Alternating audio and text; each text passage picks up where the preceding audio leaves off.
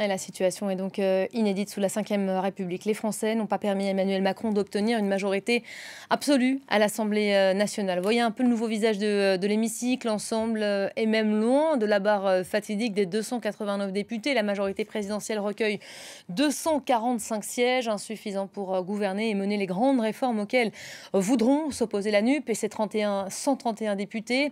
Mais aussi le RN, le Rassemblement national, doté désormais de 89 sièges. C'est la surprise de ce second tour. Le parti de Marine Le Pen qui fait 11 fois mieux qu'en 2017. On va retrouver tout de suite Julie Chouteau pour commenter ces résultats. 11 fois mieux qu'en 2017. Quel est le climat qui règne depuis que ce score est apparu sur les écrans hier soir à 20h?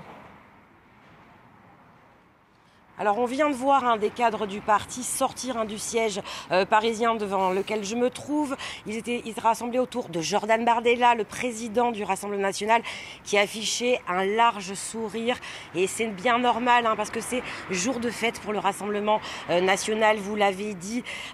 Contre 8 députés en 2017, c'est 89 aujourd'hui, donc du x11. C'est aussi le triple des 32 députés qui avaient été élus à la proportionnelle de 1986, le précédent record.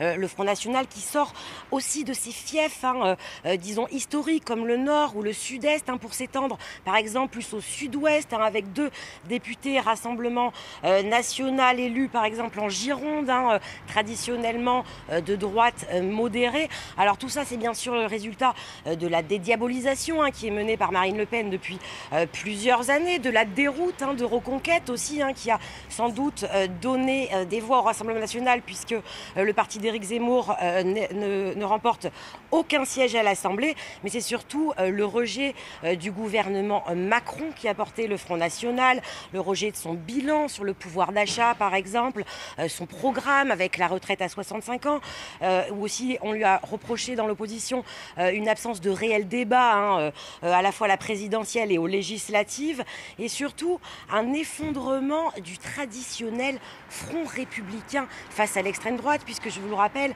dans l'immense majorité des circonscriptions où le candidat de la majorité présidentielle avait perdu dès le premier tour, eh bien ces candidats LREM n'ont pas donné de consignes très claires pour inviter à voter par exemple pour la NUP, pour faire barrage au Front National. Et on entend beaucoup cette critique, notamment parmi l'opposition de gauche, qui aurait servi de marchepied au Front National pour ce score historique. Voilà, le Rassemblement national qui estime même d'ailleurs, depuis ce matin, on a entendu Marine Le Pen être le premier parti d'opposition de France et qui revendique la présidence de la Commission des finances. Ça fait partie des premiers enjeux déjà en cours après ces résultats.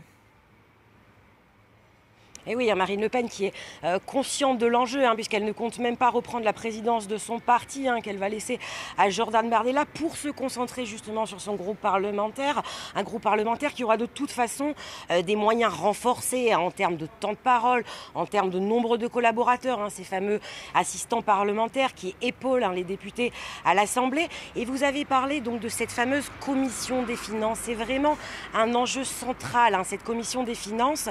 C'est une commission extrêmement importante à l'Assemblée. Pourquoi? Puisqu'elle supervise le budget. Donc elle a l'œil sur la loi de finances, sur la fiscalité, sur les dépenses de l'État. C'est vraiment primordial. Elle peut aussi déclencher une commission d'enquête sur des comptes publics. Donc voilà, une commission très puissante qui traditionnellement est attribuée à un membre du premier groupe d'opposition. Donc le Front National la revendique puisque c'est le groupe qui a le plus de sièges. C'est bien sûr une fonction stratégique, mais ce n'est pas pour autant gagné, puisque ce matin, la porte-parole du gouvernement, Olivier Grégoire, LREM, dit qu'il n'y a pas de certitude quand on lit la Constitution. Donc pour elle, attribuer ce poste de dirigeant de la Commission des finances, c'est un usage, mais ce n'est pas gravé dans le marbre, ce qui veut peut-être dire que la majorité présidentielle va essayer de prendre ce poste, qui qui pour l'instant est dans les mains d'Éric Woerth, les Républicains. La NUP aussi, qui malgré, qui se revendique le premier groupe d'opposition, mais cependant la NUP c'est plusieurs groupes, ça regroupe les Verts, la France Insoumise, les socialistes, etc. Donc ce n'est pas un groupe et c'est bien effectivement le Front National, le Rassemblement National qui a le plus de députés et qui pourrait donc recevoir cette présidence de la Commission des Finances. Voilà, le RN qui mise déjà sur les dissensions, futures dissensions au sein de cette coalition. Merci.